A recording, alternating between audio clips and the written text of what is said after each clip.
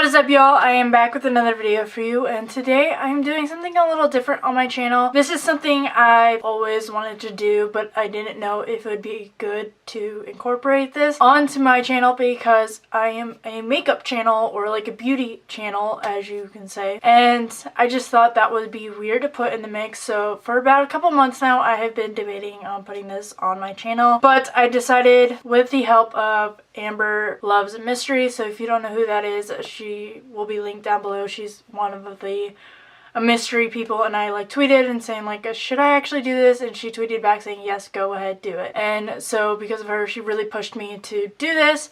There are other beauty channels that do true crime along with the beauty. If you guys don't enjoy having them mix and you rather have me do a separate channel, let me know in the comments below. For now, I'm going to do this case and see how it does, because this is a case that I've been very passionate about. I've been following it for a while now, like almost since it happened. When I was thinking about doing a case, this is the case that I've always really wanted to start my true crime series on. With that being said, I did some research, and with the help of Heather, who is his mom, she really helped me out on this case by answering some questions. I had her review my document of all the facts that I had listed to make sure everything was correct, everything was there, and I wasn't missing any details that were important to the case or anything was there. She said everything was good to go, and yeah, I'm also having her watch this video before I put it public just to make sure everything was there. So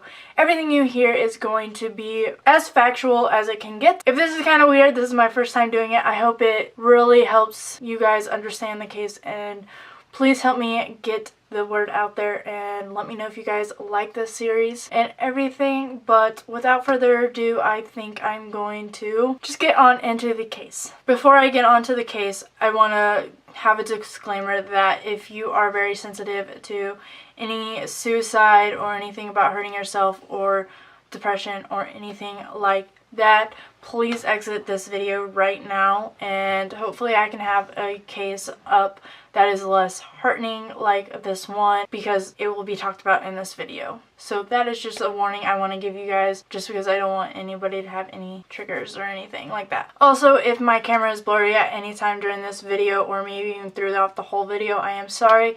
Just listen to his story. It's not really about me, it's about his story. So I'm sorry about that. My camera's just not really wanting to focus today. I don't know why. It's just really not wanting to focus, but just please listen to his story and not really focus on that. I also want to say I'm not here to disrespect anybody that is involved, like the family or Devin himself. I'm just here to give you guys information to help find Devin, and everything I found is on the interview and from Heather herself. So this is just information packed together to help you guys know about his case and hopefully bring Devin home. Okay guys, so the case I want to cover today is the case of Devin Bond. All my sources come from either the Vanished podcast, news articles, the Facebook group Bring Devin Home, or Heather herself. Heather is his mom, so I'll be referring to her as Heather or either his mom if you guys are ever confused. Devin went missing from Murfreesboro, Tennessee on March 31st, 2017, early morning around 3:30 to 3:45 a.m. He was last known to be seen by his family on March 30th, 2017, and last talked to his friends that night as well. He was 16 at the time he went missing, and now is 17, about to turn 18. At the time he went missing, he was 6 foot and around 160 pounds with a tall, slender build. He had brown eyes and brownish to blonde hair. He was last known to be seen in a gray t-shirt and khakis with a gray and red North Face and a black Nike drawstring backpack. He probably had some pants and other clothing items in this bag, but it will be later discussed that they aren't for sure known if he did or not. Discussed later in the video, he was last seen around the Barfield Crescent Park. Near Barfield Crescent Park, where Devin Bond was last seen, his family and friends continue to post this missing person's flyer.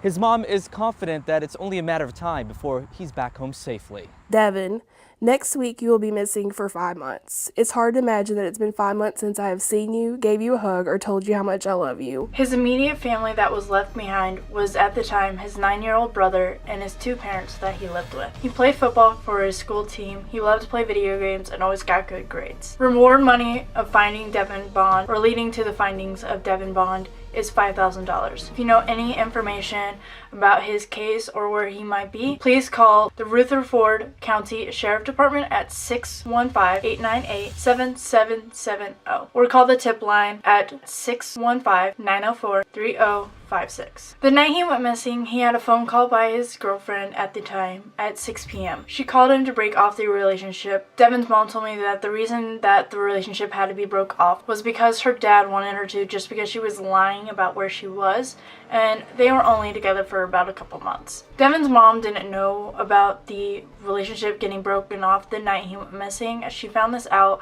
the weekend after he went missing. When she found out this information, she called the girlfriend and asked if he was upset that night, and she responded with kinda. His mom replied with, why only kinda? And then the girlfriend responded that she broke up with him, and then he hung up after he said okay. Besides this conversation, Heather hasn't talked to her since, so she really doesn't know anything about the girlfriend and what she's done and her feelings towards the whole Devin Bond being missing. After the relationship broke off, Devin did see his family right afterwards. His mom knows that he wasn't acting upset or like anything happened just a couple of minutes prior to them interacting, so she didn't think anything was wrong with him that night. He has had other girlfriends in the past, so he has shown being upset, so she knows what he would look like if she knew they broke up, but this time he didn't show signs of being upset, so she had no idea. Around 10 to 11 p.m. that night, his mom came into his room and told him good night and that she loved him and not to stay up too late because he was playing video games and it was spring break and he didn't have to go to bed that early. The same night, he talked to two of his closest guy friends and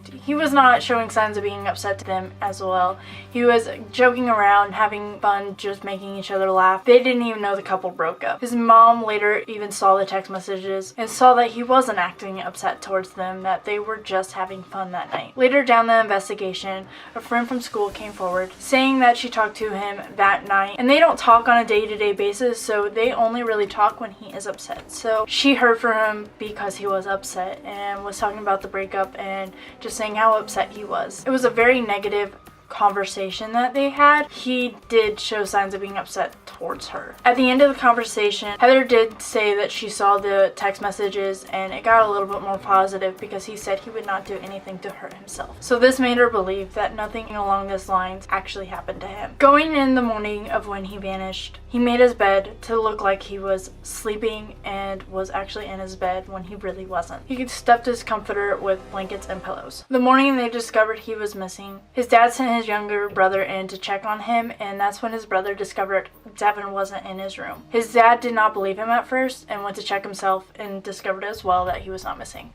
Because he was in complete shock, he just called Heather, who was at work at the time, that Devin was missing. And that was all he said. He didn't leave details, but that is just because he was in shock. All he could think about was Devin was missing. Heather ended up leaving work early that day. She went to a friend's house that was just down the street to see if he was there, but he was not there. After finding out that he was not there, she went and checked other friends' houses and called them to see if he was anywhere at anybody else's house. But he was not, and no one has heard from him that day. After all this, she ended up driving to his girlfriend's house, but remember at the time, she had no idea about the breakup. This was not a walking distance. This was about 7 miles away from their house, so that could take about 2 to 3 hours to walk that far. And also because it was spring break, she was not going to actually be home. She was at her dad's house for the week, but she checked anyways and no one was home. Not even her mom or anybody, just she probably was at work as well. After finding no one was home, she contacted the girlfriend but didn't get a response from her for a while. She wanted to check if he did walk there because she knew he would want to, because about a week to 2 weeks prior, he asked to walk that distance to go see her, but Heather responded to him that it was too dangerous to walk that way and she would just drive him instead. So she knew that he would want to walk that distance, and it was very likely that he would walk it. She knew he was fit to walk it. It was just too dangerous to walk that distance. So giving that information of what happened the time he went missing around the night before and morning of, we are going to get into the investigations and the searches of finding him. When first finding out that Devin was missing, they called the sheriff department and immediately informed them of him being missing. This was not something he would normally do. He would never has done it before. He was a good kid. He would always obey the rules. He was not a run away or that's just not him to do that. They couldn't find him at any of his friends' house or his usual hangout spots, so they got really concerned about where he could be and what might have happened to him. The police department came straight to their house. They asked the usual questions of where he could have gone and what happened that day. They did close off his room right away, so that did lead them to be able to investigate his room and find things. They did find a piece of paper that said 7:30 on his desk. They aren't sure what 7:30 might mean. They don't know if this is a date or time, or even if these numbers are the exact numbers that he was supposed to be remembering or writing down. 7:30 could just be a series of numbers that he needed to remember, and he just wrote it down as 730. Maybe he needed to remember 307, or just needed that series of numbers. Or that could be the time that morning he needed to meet someone at 7:30 a.m. These are all theories. No one knows for sure. All we know is that there was a piece of paper of 7:30. It could be not leading to his investigation, but with missing people, every little clue matters. After they were done with the police, they contacted family, letting them know Devin is missing and so they could help them find him. He was first listed as runaway, but Heather's sister-in-law asked them if they know if anything is missing from the house. This is when they checked all their guns. His dad was in the former military and had multiple guns in the house. They found that a handgun was missing from their bedroom closet that was in a case up top. They used this gun as protection, so it was not locked away. They just wanted to have easy access to it if someone came to break into their house. They can't say for sure if this handgun went missing that day or maybe weeks or months prior. With everything they know, they believe that Devin did end up taking that gun that day. But I also believe that he was planning this prior because he could not take that gun while they were in bed sleeping and not wake them. So I think he took the gun out if he did take the gun prior. So this was a planned runaway. After finding out this information, he was listed as endangered. The family states that he didn't have any mental illnesses that they know of and said that he was not a violent person. So finding this gun missing became extremely terrifying for the family, and they didn't know what could be coming up next. And knowing all these facts about him didn't cross their mind to even check for a gun missing because they would not think he would do anything to harm himself. Like I said before, his dad was previously in the military, so he always wanted to teach his sons about gun safety and everything they needed to know about guns. So they were very informed how to use a gun and everything they needed to know. He wasn't just gonna mess around with a gun. But with all this information, they maybe believed that he did run away to hurt himself. But finding out later with his conversation with his friend, this became more unlikely, and also with all the other facts coming into play, it just seemed more and more unlikely that this could be the truth behind why he disappeared. Family and friends ended up searching the area to see if they find anything. Heather described the town as a big town with a lot of wooded areas and places to hide. They searched all the wooded areas, ponds, and caves that he liked to hang out in, but nothing came of this. They had dogs track his scent about a mile out from his neighborhood away from wooded areas, but about a mile or two, they got tired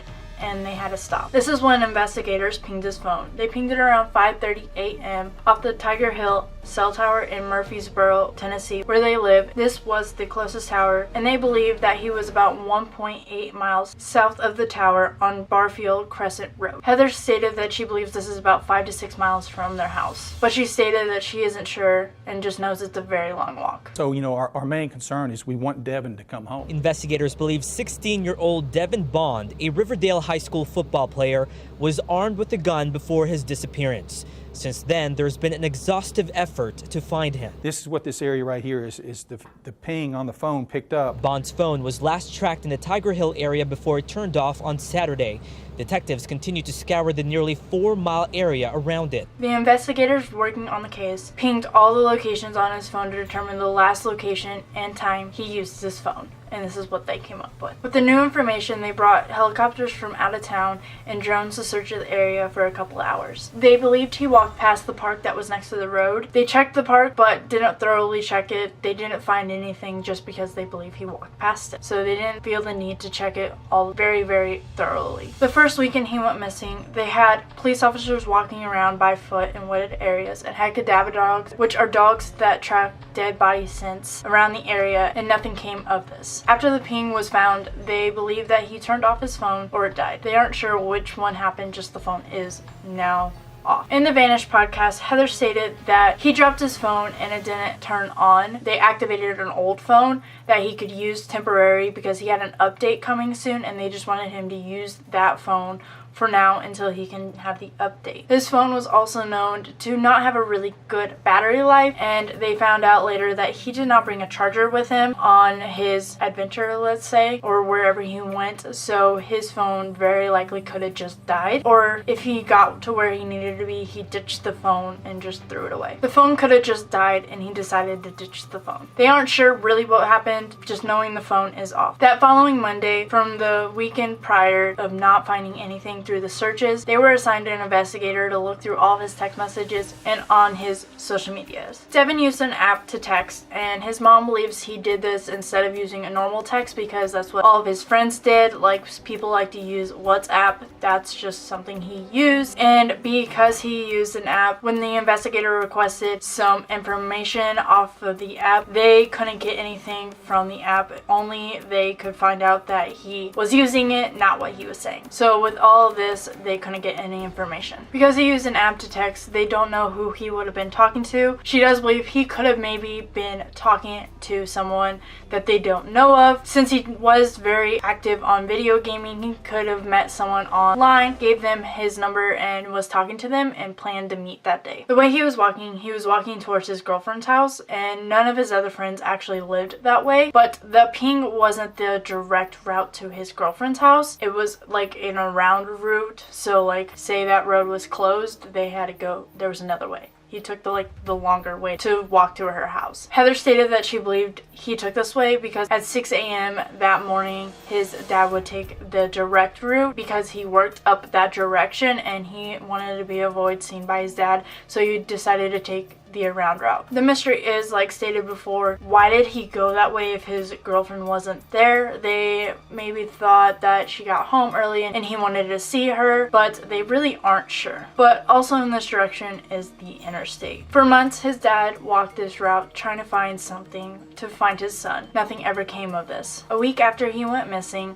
the community got together to search the area across the way on the Walmart on Joe B. Jackson Parkway. This is about a 30-minute walk. They did this on foot and ATVs, but nothing came of this as well. It was a very cloudy and rainy day when they were searching, so it was very dedicated that the community wanted to get together looking for him. This is a very common theme in his investigation. His town is very affected by this. Police and the community really were doing their job by helping search to find Devin. When a neighbor found out about his disappearance, they checked their cameras to see if they could find anything because they lived across the street from them. They lived on the edge of a cul-de-sac, so their camera pointed straight at the Bond's house. They did end up catching something on the footage, and this was the Bond floodlights in the back of their house turning on for about 15 minutes. This was at about 3:30 and lasted until 3:45. These lights were not motion censored. They had to be turned on manually, so someone had to turn them on, and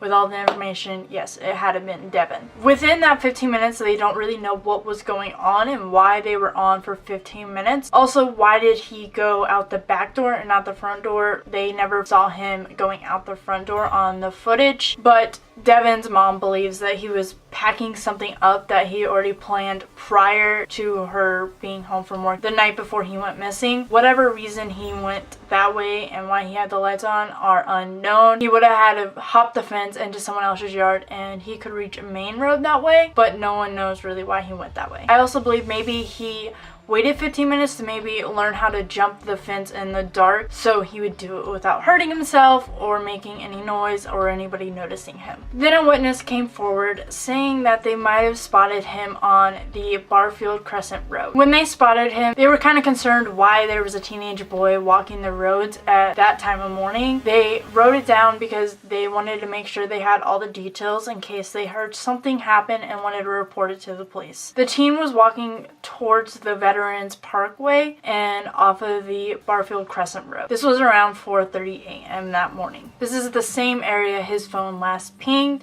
so they believe the witness saw Devin that day. A little down the roads, there was footage of a teenage boy walking, but it was very unclear to see who it really was, so they can't make out very well if it actually was him. But with all the data and evidence, they believe it was him. And no footage was released at this point, so the neighbor's footage and the footage from on the road is not released. So you cannot find that anywhere. Because his room was closed off, his family could not really go into it. So his mom eventually could go into his room to see if anything else was missing. And that is when she found out the Nike black drawstring bag was missing. His gray and red North Face was missing that he usually wore. It was cold when he left, so he would have needed it. And she also noticed that some pants were missing, but she isn't sure if any t-shirts are missing just because she doesn't know everything he owns. But she only knows that pants were missing just because by looking at them, they looked like they were pants missing. Then Devin's mom had a friend come forward and tell her that Devin was talking to him a couple weeks prior about how he was thinking about living with the homeless. His mom thought that was a little weird because that just something he wouldn't have done. Some of her reasons was because he liked to eat and he was just a very clean guy. Even though she didn't really believe this was going to be a theory or what he would have done, she still didn't want to throw out this information, and they went to check every local homeless shelters, camps that they knew of. They had a couple of them pass out flyers to camps that they would have not known of. So far, no one has spotted him around this area. Heather said that the town is very fastly growing. That means the homeless population is growing as well. She says he could have said this just because he could have been mad at them, or this just could have been him just wondering what it would be like to live with them.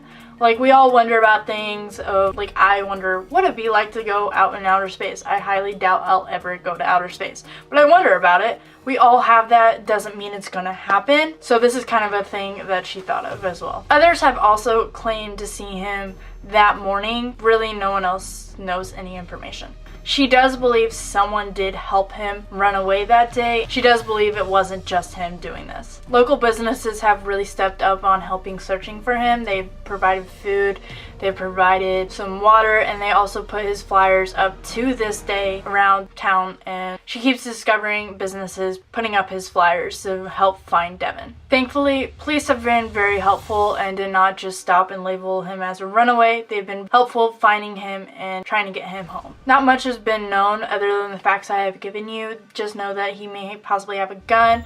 He has a black drawstring backpack with him, the red and gray North Face, and some other clothing items. They also state that the gun could be used more than to hurt himself. Because he was a smart kid and knew that being stated before that it is dangerous out there, he could be using the gun to protect himself. And because he was not in the criteria of the Amber Alert, he did not get an Amber Alert sent out. They're fighting to change the laws, and if you don't know what the law is for the Amber Alert, Amber Alerts have to be anybody under 18, and you have to know that they were abducted, what car they were abducted in. So because he was just a runaway at this point that we know of, and like he did this willingly, he cannot be put into an Amber Alert. When a child goes missing, it falls on that responsibility of that parent to try to tell people in the community that their child's missing.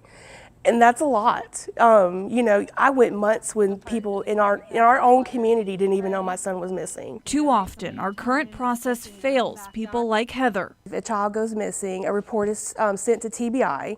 TBI decides whether or not an Amber Alert is sent. Only on average, 5 or 6 children that go missing in Tennessee qualify for an alert. That's less than 1% of the children that go missing in Tennessee. Devin didn't qualify for an Amber Alert. Instead, paper flyers slowly spread the word. That's why Heather is now fighting for a new localized alert. They actually have the technology to do it to pick a street and send it out just to those people on a street. And so I would like to see an alert just sent out locally to the community where the child has actually gone missing. They're trying to fight this law and make it easy, even if they can get people down the street, just have that sent down the street, because they keep finding people that don't know about the story, and that's why I want to put this out there. It is just not a very good criteria, because so many kids are missing, not just because they can't get on the Amber Alert, but it would help them if they could. So this is something they're trying to fight for at this point, even if they could help someone else bring home their child, they would love that as well. But at this point, if you're wondering why he didn't get an Amber Alert, that is why. So after all this, nothing much has really come. They still get tips, but they don't get as much as they used to when he first went missing. That kept his room intact up until they were going to move to get a fresh start because of the pain of having him gone. And they believe when he does come home, it can help him have a fresh start in a new life. His mom has done countless interviews and does believe he will come home. She always posts on Bring Devin Home and making sure that his name is always in the spotlight so no one forgets him, and just keeps his name alive just to bring him home. 1 year since a high school student in Murfreesboro vanished. Despite countless tips, Devin Bond is nowhere to be found. News Channel 5's Matthew Torres sat down with his mother, who hopes no one will forget him. Like the changing seasons, He's the first thing I think about when I get up. life for Heather Simmers has brought the brightest and gloomiest days. When I go to sleep, he's the last thing I think about. Her son, Devin Bond, is still missing. His face has covered missing posters, banners, and social media posts since vanishing. Many people question his dad and why he's not in any public eye, like why he doesn't do the interviews, why he doesn't really post in the group. And that is because he is the quiet, shy one, and he doesn't like being in the spotlight, if you will. Also, when Devin first went missing, they agreed that Heather would do all the TV stuff and be like the face of Devin's missing, like the voice of Devin. He just really just kind of stepped back and did all the searching on his own that he needed to do. And with all this, Devin's dad has been the first person everybody wants to attack, and this kind of makes him more want to step back. And also, them now having this so public, they have been very attacked a lot. So people really don't realize how much pain they have to go through every single day, not knowing where Devin is, if he will come home, whenever they, just everything. And it's very hard for them, and people just don't remember that and just attack them. This is making just his dad not really want to speak because he's the first one everybody wants to target. Also, with all this, they don't want their youngest son to be in the spotlight and be public with all this, just so he doesn't have to get any backlash as well. At the end of the day, the family wants him back the most, and if you can just help them instead of attacking them, that would be the best thing. If you're just gonna say mean things, just don't say it. It doesn't help in the end. You're not getting them anywhere. You're not helping. You're just making things worse. They already go through too much. They don't need any more from strangers that don't know them. At this point, they don't know where Devin is. They don't know if he could be in the same city or the same state. He could even possibly not even be in the same country. There was a man missing from Canada for I think about 5 years and then was found alive in Brazil. So at this point, he could be anywhere. Also, keep in mind he could have grown facial hair, dyed his hair, shaved his hair, grew it out really long. He could be changed a lot. It's hard to figure out who he is. Devin's mom also stated that there was a missing teen that went missing and like for 3 years later was found alive and did not look anything like the missing posters. So that's what also can be kind of bad about this, just because you don't know what he looks like at this moment. He could change appearance very, very much. They also think that he could just be scared to come home because Heather has talked to multiple people that have ran away and were scared to come home, especially now that his case has so much attention on it that it could be terrifying to come home because he thinks he could get a lot of backlash from what is happened. Like he ran away and just made a mistake. He ran away and now there's so much tension. What could happen when he comes home? He's terrified he could be, but he just needs to know that he is okay and can come home because that's just all his family wants is to come home. If he's out there and knows that and he's scared, he needs to know that it's better to come home than stay away. They just got a billboard put up on I-24 East just after Bell Road in Murfreesboro, Tennessee. This is the exit you would take to go to Nashville, Tennessee. Many people have reported boys that look like Devin, but Heather has confirmed that none of these boys are Devin. People have been really good at looking at boys with different hair colors, just looking more at the facial features of what he looks like. Moms know best. They know what their son looks like, and she knows that none of them are. But but when she does speculate maybe possibly it could be him, she takes it to police. To this day, no one knows what has happened to Devin, why he left, and where he could be. It just keeps remaining as a mystery, but right now all we have is theories. With these theories, his mom highly believes that he is still alive out there. He did not hurt himself because he is such a man of his word about telling his friend that he's not going to hurt himself, and in that aspect he would not say something and do the complete opposite. So she does believe that he's out there alive. Another theory is that he could have met someone online and met up with them that day, and maybe even felt foul play if anything happened with whoever he met online, but like I said, his mom believes he is alive. The theory of him meeting someone and planning this is the one that his mom believes the most, and that this was not just him. She also believes someone knows more information that they're giving and where he is at, but they just aren't saying anything. The theory of him going off and hurting himself is very unlikely because one, he did make it look like he was in his room asleep, and most people that are going to do something to hurt themselves won't actually want to do that. They will just go ahead and go do it. They also won't pack a bag because they're planning to go hurt themselves, and that's going to be it. They won't plan for a week on to be surviving. Police, specialists, and family don't believe that this is the case, just with all the evidence leading towards that this is not likely. One other theory is maybe when he was walking, he was just planning to run away and ended up with foul play, and his body could just be somewhere far away. Everything that we know, he's just somewhere out there, and all we want to know is where he could be and just want him to come home alive. With all that being said, please check out the Vanish podcast and listen to more of what they have to say. They did a phone interview with Heather and she gave some information. I believe I catched it all, but the podcast gives you some great information and you should definitely check it out. Also join the Bring Devin Home Facebook page. I'll have it linked down below, but please join if you are going to respect them. Don't come in and start drama, because people are doing that. It's just taken away from what really needs to be happening, and that is focusing on finding Devin. Like stated before, if you have any information,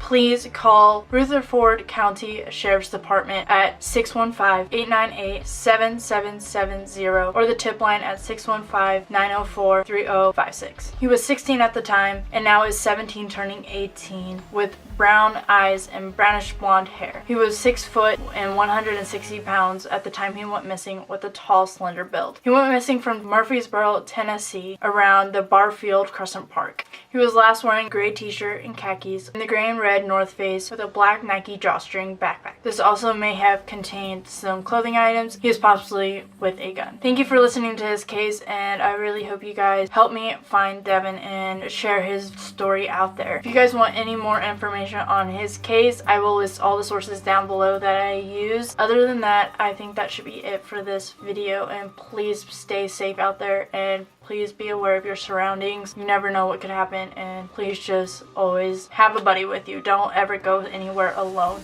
because you never know what could have happened. Please, if someone is hurting, I will leave the tip line down below as well, because no one should feel alone. Please be there for each other, because it's just not fun being alone. You just gotta help one another, be there for each other. But I'm gonna stop rambling. That should just be it for this case. Alright guys, I hope you enjoyed that video. Don't forget to subscribe to my YouTube channel for more videos. Not like this one since it's my first one, but if you like this video, subscribe. I may be doing more like this, but if you like any beauty content, then subscribe.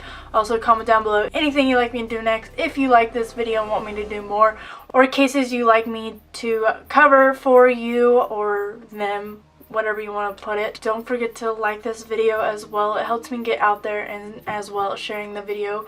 And sharing the video will help people get the face of Devin out and anybody else I cover on this channel. Also, if you want to follow me on any of my social medias like Instagram, Snapchat, Twitter, and Facebook, they'll all be linked down below. I will let you guys know if I'm going to upload that week or anything is going to happen. Like, I'm not going to upload. It'll be all told on all my social medias. But other than that, I think that should be it for this video.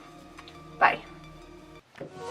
Try to get ahead, find out where you go, but all I find instead is the next it's already